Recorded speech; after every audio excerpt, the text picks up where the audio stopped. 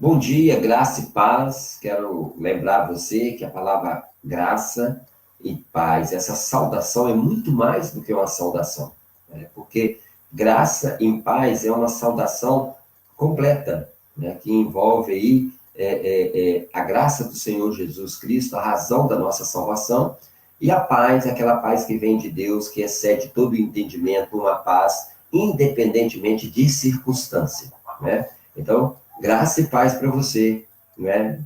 Que é uma bênção que eu desejo na sua vida. Nós vamos dar sequência ao estudo da lição da semana, que foi aí a nomeação dos primeiros líderes da Igreja Apostólica. Como eu disse, aumentou a igreja, aumenta também os problemas, né? Isso é absolutamente natural. E você leia comigo aí os primeiros versículos do capítulo 6 do livro de Atos. Naquele dia, crescendo o número de discípulos, os judeus de fala grega, entre eles, queixaram-se dos judeus de fala hebraica. Eu também expliquei ontem, né? É bom que você assista o vídeo de ontem. Porque suas viúvas estavam sendo esquecidas na distribuição diária de alimento. Por isso, os 12 reuniram todos os discípulos disseram: não é certo negligenciarmos o ministério da palavra de Deus a fim de servir a mesas. Irmãos, escolha entre vocês 7 homens de bom testemunho, cheios do espírito de sabedoria. Passaremos a essa tarefa e nós dedicaremos à oração e ao ministério da palavra. Tal proposta aí, ela agradou a todos. Então, eles foram e escolheram a Estevão, homem cheio de fé e do Espírito Santo, além de Filipe, Prócoro, Nicanor, Timon, Pármenas e Nicolau. E um convertido ao judaísmo proveniente da Antioquia. Apresentaram esses homens aos apóstolos, os quais oraram e lhe impuseram as mãos. Vai do versículo 1 ao versículo 6. Bom, a igreja cresceu. E como eu disse, surgiu os problemas. Natural, inevitável. Qual que era a queixa ali? Os judeus helenistas queixavam, eles estavam queixando que as viúvas gregas estavam sendo negligenciadas na distribuição diária. Aí foi a carona que o inimigo precisava para, de uma forma, atrasar a pregação do evangelho que estava indo em vento e popa.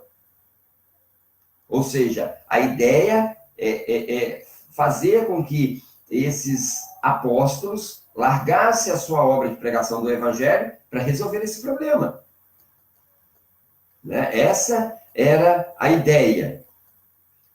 Agora, não era só, embora a Bíblia fala de viúvas gregas, mas possivelmente havia outros problemas. Por exemplo, os doentes, ou aqueles jovens, aqueles que aceitaram a Cristo, mas a família não aceitaria, eles acabaram agregando a esse novo grupo. Então, são várias situações. Então, nós vimos falar aqui também, interessante, que eles buscaram a orientação de Deus para resolver esse problema. Então, orientado por Deus, os apóstolos tomam a decisão certa. A decisão tomada, ela, sem dúvida nenhuma, ela serve de exemplo para a igreja atual, para a igreja do tempo do fim. Então, na igreja, nós podemos notar, na igreja de Deus, o líder não auto se escolhe. Quando o líder auto se escolhe, já não serve para ser líder. Esse é o pensamento da igreja. E isso foi o exemplo que nós vimos no livro de Atos. Os apóstolos sugeriram que a multidão escolhesse os 7 diáconos, justamente da parte que estava queixando. Detalhe, que esses homens fossem cheios do Espírito Santo, com boa reputação, testemunho e dotados de sabedoria. E como eu disse, a escolha elas foram de homens judeus greco-romano.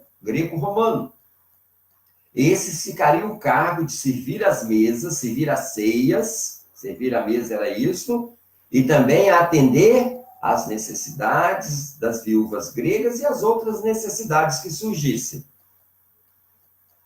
Então, não era correto, né, que os apóstolos, que estavam dedicados à oração, ao estudo da palavra, né, abandonassem isso para cuidar desse detalhe. E tinha que ser cuidado, porque era uma forma que o inimigo estava usando para poder atrapalhar o crescimento dessa igreja, que era um exemplo para a igreja de hoje, né? A imposição das mãos é muito importante, que depois de escolhidos esses homens, né, foram impostas as mãos sobre eles. Eu quero lembrar que a imposição das mãos era uma cerimônia. Não é a imposição da mão que tinha o maior valor. Ali era apenas um rito. Era apenas um rito. E rito sempre vem no segundo plano. Por exemplo, no batismo, não é a pessoa molhar ele na água que vai fazer diferença. Aquilo ali é uma cerimônia. A conversão, ela tem que vir antes do batismo. O batismo simplesmente é uma confirmação de que você está convertido. Essa é a ideia. Então, a imposição da mão era um ato, porque eles já estavam cheios do Espírito Santo antes da cerimônia. Eu estou falando isso porque muitas pessoas acreditam que o pastor botou a mão e resolveu o problema. É que é a mão do pastor que decide alguma coisa. Não, eles já foram escolhidos com boa reputação, sabedoria, homens cheios do Espírito Santo. Impor a mão era um rito, que na Bíblia ela tem algum significado.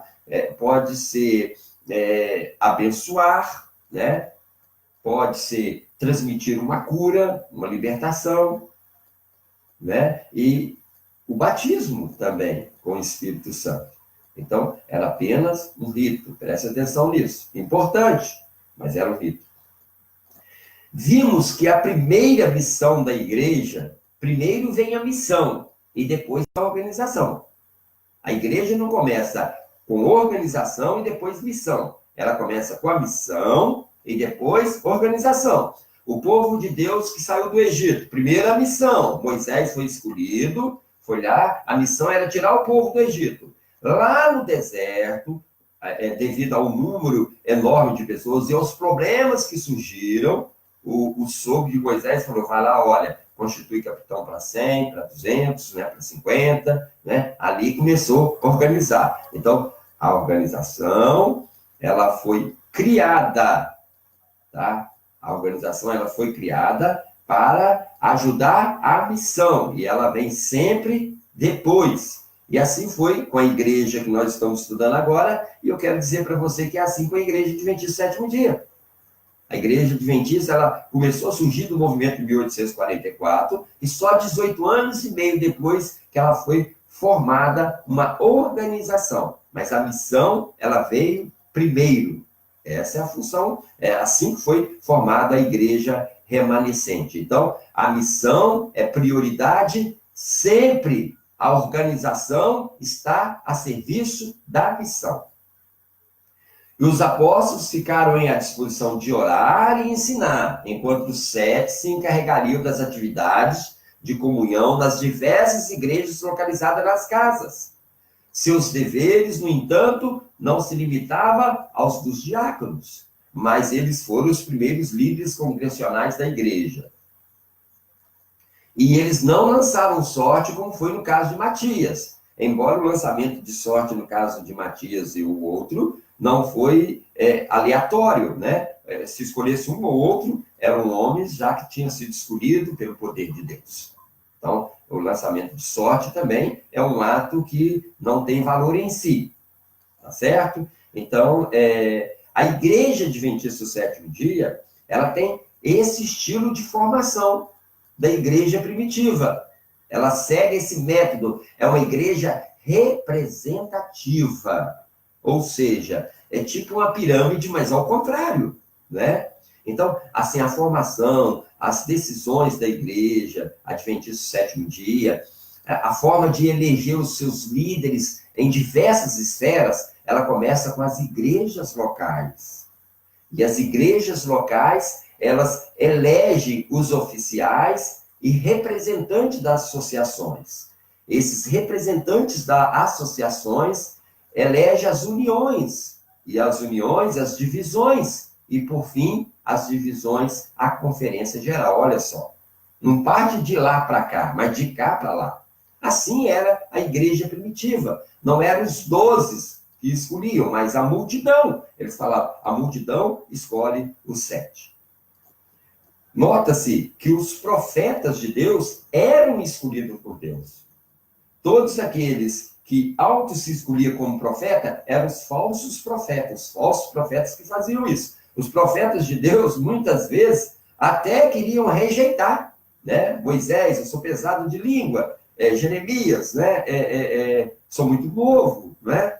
Então, na igreja adventista do sétimo dia também, os 2 primeiros até rejeitaram. Não é bom que você rejeite. A Ellen White, ela nunca considerou, nunca agradou de ser chamado profeta, né? E nós temos ela como uma grande líder, né, dentro da formação da igreja. Então, isto que nós devemos entender, é dessa maneira que funciona, e a gente tem que fazer todas as coisas na igreja baseado na Bíblia. Então, a formação da igreja primitiva, ela é base para a formação também da igreja atual. Que Deus te abençoe, te guarda, e espero que você continue estudando comigo durante a semana a lição.